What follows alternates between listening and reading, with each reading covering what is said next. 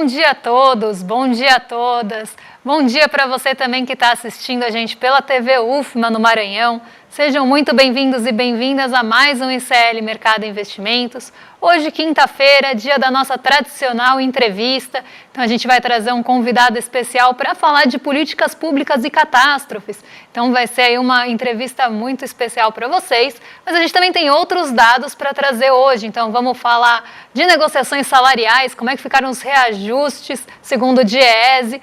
Vamos falar também da CNI e da sondagem industrial, que acabou aí melhorando suas expectativas, e tem também todo aquele fechamento dos mercados e abertura que vocês já estão acostumados. Mas antes de tudo isso, André, bom dia, como você está? Bom dia, Débora, bom dia a todos os nossos telespectadores. A entrevista do dia com o professor Paulo Robilotti aí, que vai falar para a gente aí o que poderia ser feito, o que deve ser feito a partir de agora. Vamos sim falar de culpados hoje, no dia de hoje aí, sobre a catástrofe que aconteceu aí no Rio Grande do Sul. Vamos falar também das negociações salariais, talvez é o melhor ponto do governo Lula, que continua um sucesso.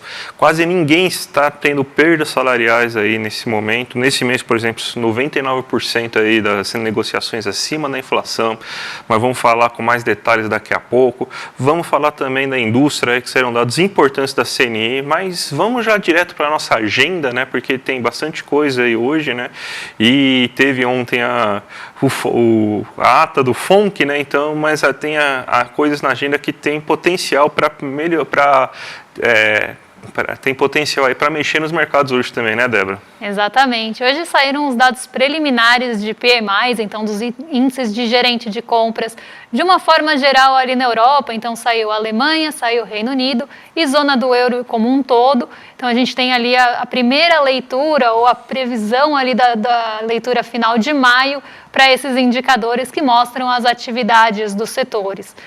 O PMI dos Estados Unidos, ele saiu agora, então a gente não conseguiu compilar todos os índices dos gerentes de compras para trazer essa primeira leitura.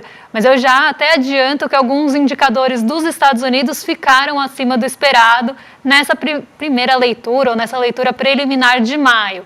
A gente tem o PIB do primeiro trimestre da OCDE sendo divulgados às 7 da manhã, na verdade foram divulgados às 7 da manhã na França, e aqui saiu o IPCS semanal.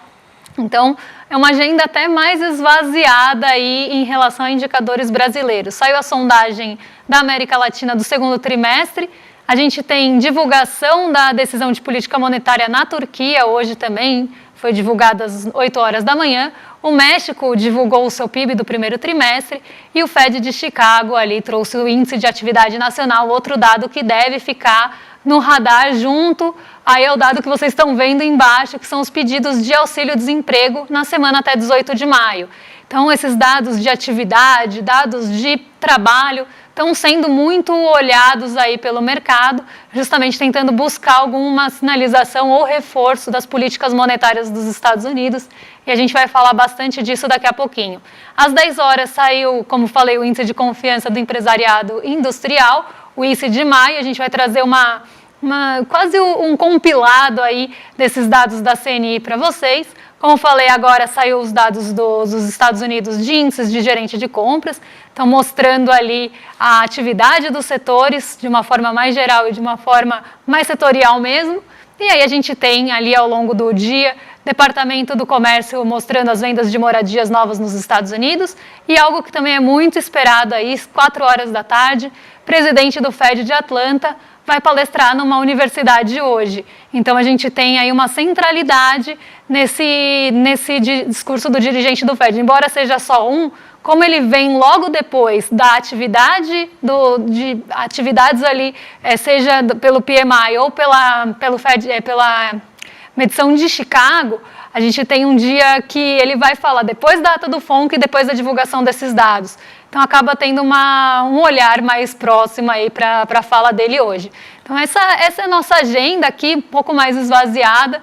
mas de uma forma geral, pensando em mundo, a gente tem um pouco mais de indicadores. Vamos para a nossa abertura de mercado, aqui é a notícia que a gente sempre sugere toda manhã para vocês aí, para saber o que está acontecendo, né? Dia de mercado pós-decisão, pós-ata, né? Decisão já aconteceu faz um certo tempo, mas pós-ata do FONC aí, com bastante possibilidade de ter mexido bastante em diversos mercados, e a ata já fechou, então a gente já deve saber aí o que está acontecendo, né? Depois dessa ata aí, que foi bem dura, né, Débora? Exatamente. Eu vou começar pela ata do Comitê de Política Monetária dos Estados Unidos, o Comitê de Mercado Aberto, como eles chamam lá, o FONC, porque esse foi o assunto de ontem, né? Foi o grande, era o dado mais esperado, era a divulgação mais esperada também. Então o mercado estava ali praticamente andando de lado há semanas esperando a divulgação dessa ata e que ela pudesse sinalizar para alguma direção da condução de política monetária. Nesse intervalo, né, em que teve ali a reunião de política monetária dos Estados Unidos e a divulgação da ata, vários dirigentes do Banco Central acabaram falando no período. Então, a gente teve uma série de pronunciamentos que aconteceram logo depois da divulgação, na verdade, da reunião.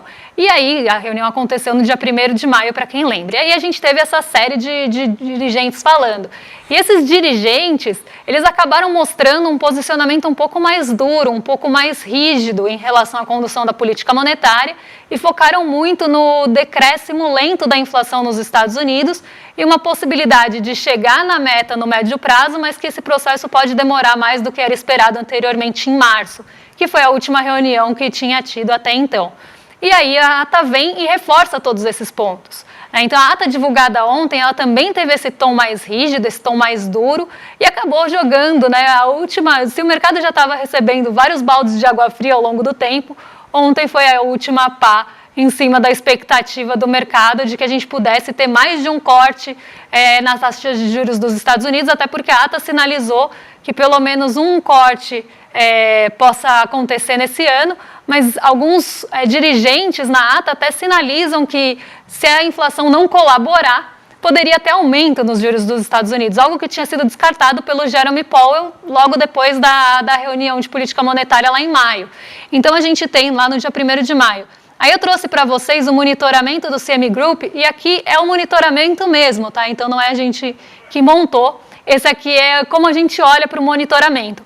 E quando vocês estão vendo aí na tela, não sei se está pequenininho, mas tem uma primeira coluna que é now, né? Então que é agora, o que está acontecendo agora com as expectativas em relação aos juros dos Estados Unidos. A gente vê aqui no monitoramento que ainda tem uma expectativa majoritária de cortes para 18 de setembro, então a gente nem está olhando mais junho e julho, porque essas reuniões já estão quase dadas que vai ter manutenção, a probabilidade é quase de 99% de manutenção dos juros, então a gente está olhando já para setembro, então quase 3 reuniões para frente aí. E a gente está vendo essa possibilidade majoritária. Mas como a gente viu ontem, ao longo das semanas e ao longo do mês, essa expectativa foi decaindo. E ontem, logo depois da divulgação da ata, ela ficou até num patamar menor do que está agora, em 49,4% de expectativa de 0,25 ponto percentual já em setembro. Então, qual que é a grande incerteza? Se o corte vai acontecer em setembro e se vai ser realmente só 0,25 ponto percentual. Então, se acontecer 0,25 ponto percentual em setembro, talvez não aconteçam outros cortes ao longo do ano. Ou podem ser postergados esses cortes, esse corte de 0,25 ponto percentual, que foi algo bem sinalizado na ata. Então, a gente tem uma política monetária ainda bem restritiva nos Estados Unidos, uma taxa de juros alta e sem muita perspectiva de cortes para esse ano. Para quem lembra, no fim do ano passado, a expectativa de corte era de 1,75 ponto percentual na taxa de juros e agora é só 25. Então, aqui a gente tem essa leitura do mercado da ata mais rígida e essa reação que fez ontem os rendimentos das Treasuries subirem muito, as bolsas caíram em bloco e a gente vê esse movimento um pouco mais estável hoje, mas ainda aparecendo tanto no monitoramento como na abertura dos mercados. Bem, isso daí fez com que a Ásia acordasse hoje meio que sem uma posição muito certa, né? Porque teve a Nvidia, a gente sabe que tem muitas bolsas muito fortes de tecnologia na Ásia, mas também jogou um balde de água fria em várias bolsas na Ásia, né? Você pode falar para a gente então um pouco aí de como está o mercado da Ásia agora, Débora? Quando a gente tem uma notícia dessa, eu vou até mudar aqui a minha tela para vocês, quando a gente tem uma notícia dessa, né, a gente acaba tendo uma diminuição do apetite pelo risco de uma forma global. E ontem as bolsas caíram em bloco, mas hoje a gente vê a Ásia respondendo a esse fato que aconteceu ontem à tarde. Então, algumas bolsas, principalmente aquelas bolsas mais sensíveis à movimentação de juros, então bolsas que têm uma volatilidade maior, que oscilam mais, ou que têm essa sensibilidade maior, elas acabaram indo para o terreno negativo. O Nikkei 225, vocês podem ver aí, ficou no positivo hoje. Ele acabou tendo até um movimento mais descolado do mercado asiático. O Nikkei 225 estava apanhando há alguns dias, né? Para quem lembra, ele teve várias quedas consecutivas, então esse movimento vem como uma recuperação do mercado japonês de uma forma mais geral, mas a gente tem pontos importantes, né, até que puxaram as bolsas asiáticas para cima. E um deles é o resultado da NVIDIA. A NVIDIA ela é uma empresa de chips e semicondutores, ela está ali muito presente na discussão de tecnologia e até no fornecimento dessa tecnologia para a inteligência artificial. Então, é uma empresa que está muito ali no radar do mercado e no radar de uma forma geral. E boa parte do mercado da NVIDIA é na Ásia. Então, um resultado muito positivo, ela teve ali uma alta de mais de 600% no lucro líquido, teve um resultado muito acima do esperado, muito disso vem do mercado asiático, porque é um mercado consumidor grande da NVIDIA. Então, a gente tem essa ligação aí entre a Ásia e a NVIDIA. E hoje, o Nikkei 225 se recupera e tem toda essa influência também do resultado da NVIDIA. Então, os mercados ficaram divididos hoje.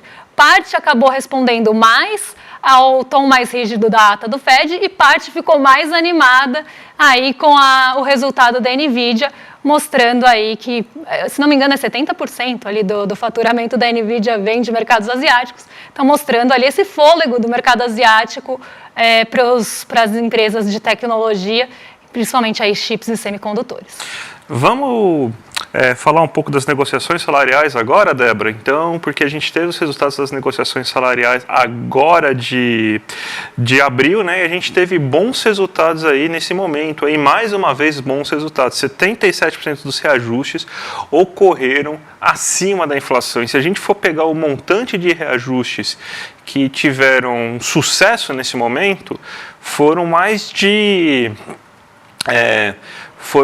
99%, porque a gente tem, então, que reajustes igual à inflação. A gente tem até, inclusive, vou mostrar o gráfico, né? Eu estou falando aqui os números sem mostrar o gráfico, temos os gráficos aqui para a gente mostrar, ó, que a gente teve que 76,7% dos reajustes acima da inflação, 22,2% igual à inflação, isso daí dá 98,9%, só 1,1% dos reajustes abaixo da inflação. A gente tem também 86,1% dos reajustes que já aconteceram nesse ano foram acima da inflação, 10,8% foi igual à inflação e só 3,2% dos reajustes foram abaixo da inflação. O que a gente tem aí nesse momento é justamente que um bom resultado aí a gente tem um bom resultado porque você tem um desemprego muito baixo. Os setores com maior organização trabalhista, que é, por exemplo, a indústria e o setor de serviços, têm resultados muito superiores se a gente for comparar, por exemplo, com o comércio, que tem menor organização trabalhista. A inflação baixa ajuda que o reajuste seja menor aí para a empresa, então a empresa cede mais fácil às exigências dos trabalhadores. Então todo esse cenário agora atual que a gente observa agora, ele acaba ajudando e acaba melhorando a situação aí da inflação, não, do reajuste brasileiro. Então a gente tem aí justamente um bom cenário aí nesse momento para a gente conseguir trabalhar aí para a gente conseguir aí ter aí esse sucesso aí que a gente está vendo. E são números que a gente não via aí desde o governo Dilma II, porque durante o governo Temer, governo Bolsonaro, o máximo que você tinha era 50%, 60% aí dos reajustes ocorrendo aí acima da inflação, com uma taxa grande de insucesso aí dessas negociações. Então voltamos àquele período, a gente está com números muito parecidos com o governo Lula II, que era por volta de 85% aí de sucesso dos reajustes. Então a gente está aí agora nesse bom momento. O convidado já está disponível aí, gente? A gente já pode chamar o convidado agora? Não podemos chamar. Ainda não podemos chamar um convidado agora. Então, Débora, vamos falar então um pouco da indústria?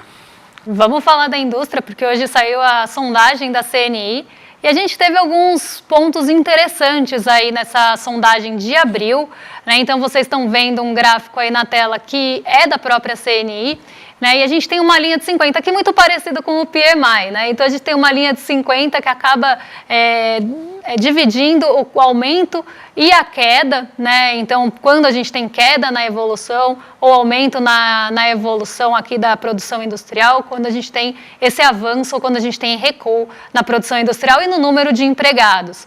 E a gente vê que em abril, né, que é o último dado que vocês estão vendo aí na tela, a gente teve uma evolução da produção industrial, então um aumento da produção industrial e um aumento dos empregados em abril, né? Então, a gente teve 2 indicadores interessantes subindo nesse mês, ficando acima desse patamar de 50, e a gente tem um ponto até que normalmente, né, tem uma sazonalidade em abril, então a gente tem uma possibilidade de ter números melhores em abril, mas não só isso, né? Então, não foi só essa sazonalidade que favoreceu essa evolução da produção industrial e dos empregados. A gente teve uma qualidade também mais interessante dessa composição e desse olhar da CNI, que vem principalmente de expectativas, e a gente vai falar daqui a pouquinho. Mas no próximo gráfico, a gente tem ali uma demonstração de como é que está a utilização da capacidade instalada. Então, a gente tem também um aumento, se a gente olhar aí, né, nessa linha azul, que é 2024, por isso que ela para aí em abril, a gente teve um aumento ali, chegou a 70% desse uso da capacidade instalada da indústria. A gente ainda está usando, né, a gente vê esse dado também quando olha aquela medição da FGV, então quanto da capacidade da indústria está sendo usada nesse momento. A gente vê que em 2024, o mês de abril foi o melhor percentual de uso dessa capacidade instalada, chegando a patamares mais interessantes, aí até se aproximando do final, né, de 2022, que foi um pico, mas chegando aqui, né, no patamar de 2021, que foi junho, a gente está melhorando essa utilização média da capacidade instalada da indústria. E aí o terceiro gráfico que eu separei para vocês é um gráfico que mostra a evolução das expectativas e da intenção de investimento. No Brasil, a média histórica da intenção de investimento é 51,9 pontos.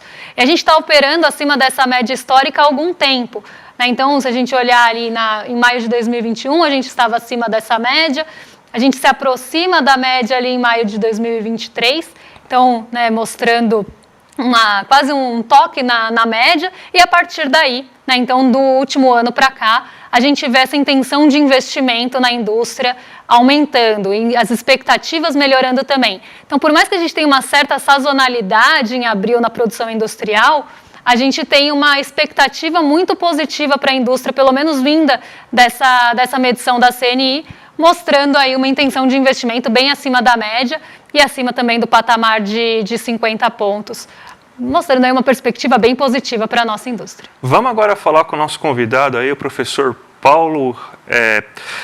Desculpa aí, perdão, esqueci seu sobrenome. Professor Paulo Robilotti, perdão aí, gente, desculpa aí.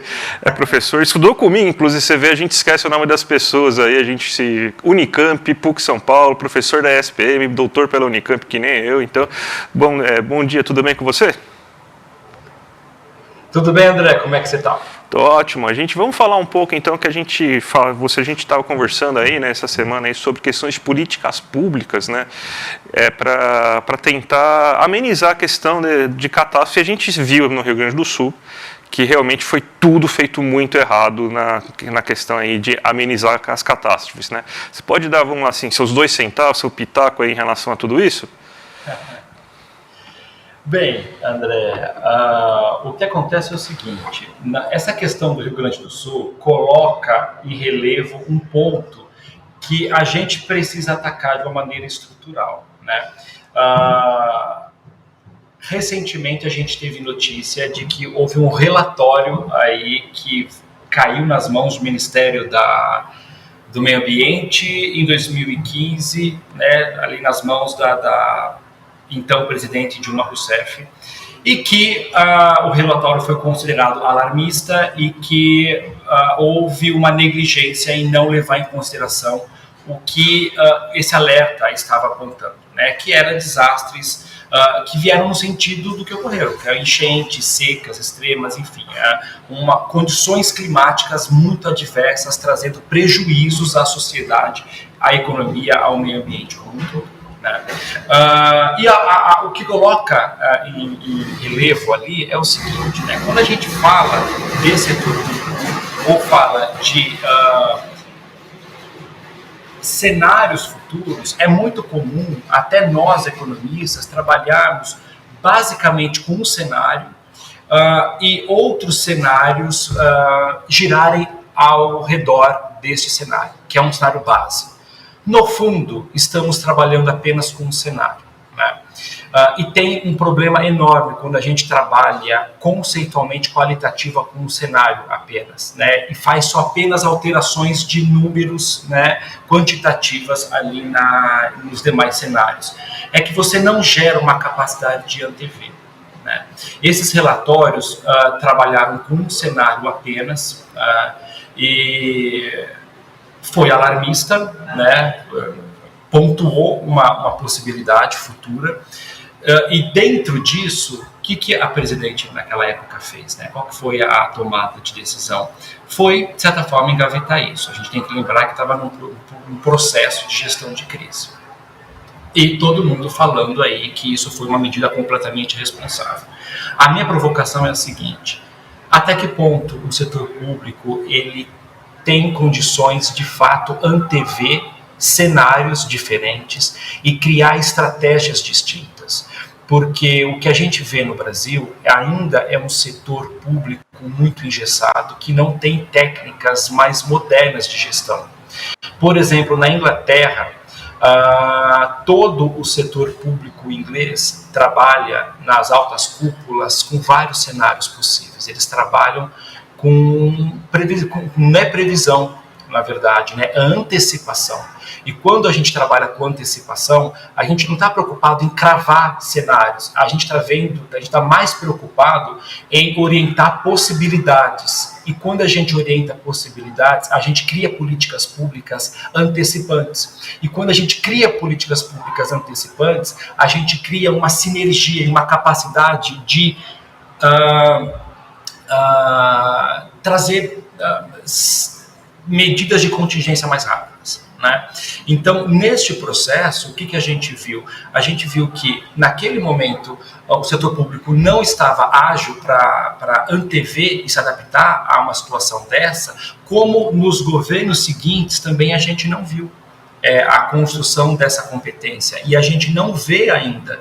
A gente está vendo uma política, uma resposta precisa, forte, pontual da esfera federal, no que compete aí ao auxílio, né, da reconstrução da calamidade que assola o Rio Grande do Sul, mas ainda a gente não vê um setor público que olha para frente e fala, olha, quais são as possibilidades, quais são os cenários possíveis daqui 10 anos, para onde nós caminharemos. Não adianta nada eu virar para mostrar um cenário alarmista, trabalhar com um cenário só e esperar que isso aconteça, porque o futuro é incerto. Poderia não ter acontecido, ou poderia ter acontecido daqui 10 anos, daqui 5 anos. Né? A gente tem que esperar pelo pior, sempre. Mas a gente precisa trabalhar com vários cenários e propor medidas na carteira, sabe, na manga, várias políticas públicas emergenciais que podem afastar esse cenário, evitar que, se o cenário provável é que isso ocorra no horizonte de 5 anos, 6, 7 anos, a gente empurre isso para pelo menos 15 anos, a gente empurre para 20 anos isso. O que deve ser feito hoje? Então, quando a gente fala em cenários, em foresight, a gente está falando basicamente de possibilidades futuras, mas de uma capacidade de resposta no hoje. Né?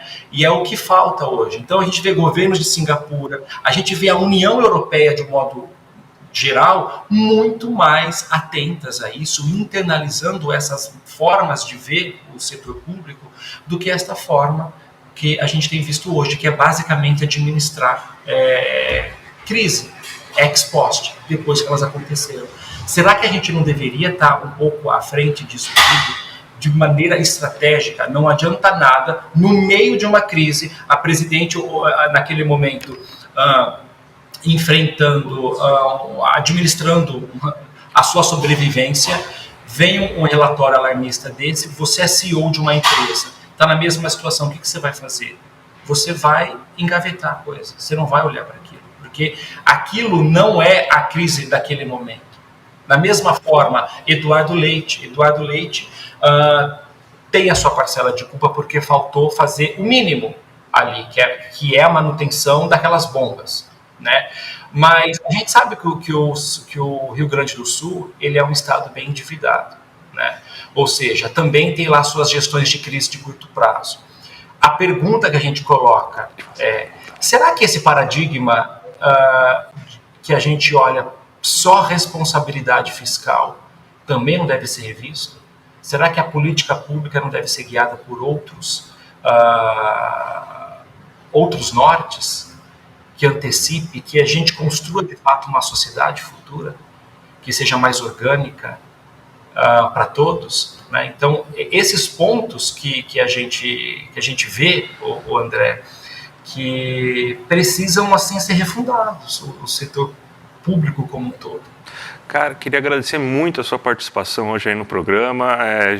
Eu sei que você tem horário, tem que sair agora, vai ter mais uma prova ou aula, não sei agora qual que era o seu próximo compromisso, mas a vida de professor é assim mesmo. Eu posso, mais 2 minutos, André, mais 2 minutos, se tiver alguma questão, eu posso responder. A gente tem que passar para o próximo programa também, né? Então, infelizmente, a gente já também está com o tempo curto, mas queria agradecer e só você passar a palavra para você se despedir, então, da nossa audiência.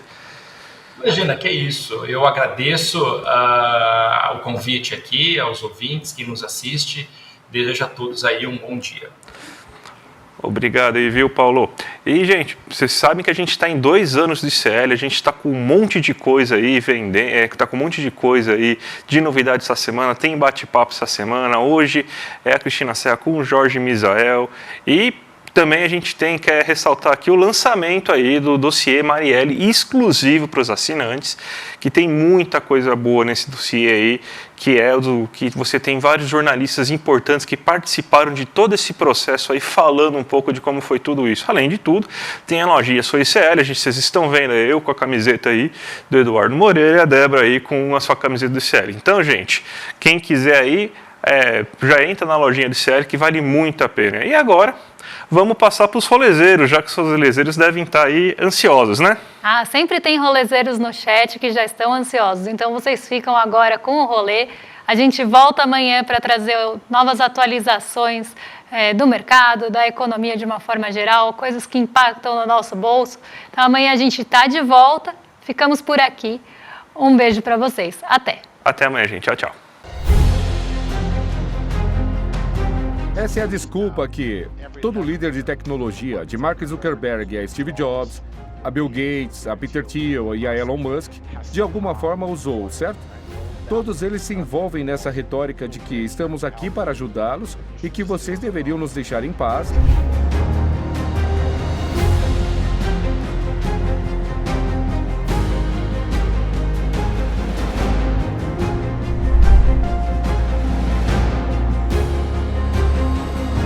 A suposta magia dessas tecnologias é o produto de nossa própria atividade social, é o produto de nossas próprias contribuições.